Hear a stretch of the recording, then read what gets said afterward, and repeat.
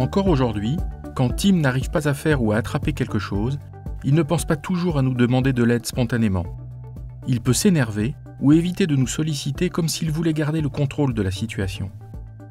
Tous ensemble, nous lui apprenons comment demander de l'aide pour limiter sa frustration et son énervement.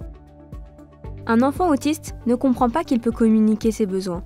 Il va préférer faire les choses seul. Pour l'inciter à demander de l'aide, il faut provoquer des situations où il a besoin de nous et ainsi montrer que lorsqu'il demande de l'aide, il obtient ce qu'il aime, que c'est agréable pour lui. Avec Anna, on a appris à mettre ce qu'il aime hors de portée, à fermer les récipients un peu serrés pour avoir l'occasion de verbaliser son besoin d'aide. C'est trop haut, Tim, papa va t'aider à l'attraper.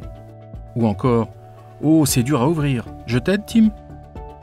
Dans la phase d'apprentissage, on encourage l'enfant à chaque fois qu'il se tourne vers nous pour être aidé et on lui propose immédiatement un modèle pour demander de l'aide.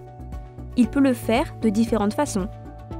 En nous tendant un objet, difficile à manipuler, ou en pointant ce qui est inaccessible, en nous donnant un pictogramme « Aide-moi » ou encore en faisant un petit geste.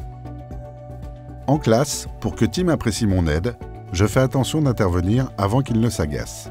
Sinon, il n'est plus disponible pour apprécier voire supporter mon intervention. Au début, on peut l'aider beaucoup, puis diminuer notre aide dès que l'on constate des progrès dans son autonomie. Pour aider Tim à demander de l'aide, nous allons provoquer des situations où l'enfant a besoin de nous pour faire ou obtenir ce qu'il veut. Pour cela, nous pouvons mettre certaines choses hors de sa portée. Bien fermer les boîtes ou les bouteilles. Verbaliser le besoin d'aide. C'est trop haut, Tim, tu veux de l'aide ? Ne pas attendre que l'enfant s'énerve avant de l'aider. Sinon, il ne sera pas disponible pour apprendre ou même supporter l'aide proposée. Rediriger l'enfant pour qu'il demande facilement de l'aide. En effet, il y a plusieurs façons de demander de l'aide.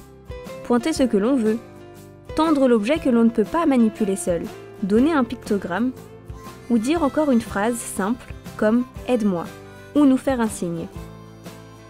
L'adulte doit recevoir le message et ensuite reformuler la demande. Quand on observe des progrès dans l'autonomie de l'enfant, il faut penser à diminuer notre aide progressivement. Pensez à féliciter l'enfant quand il demande de l'aide.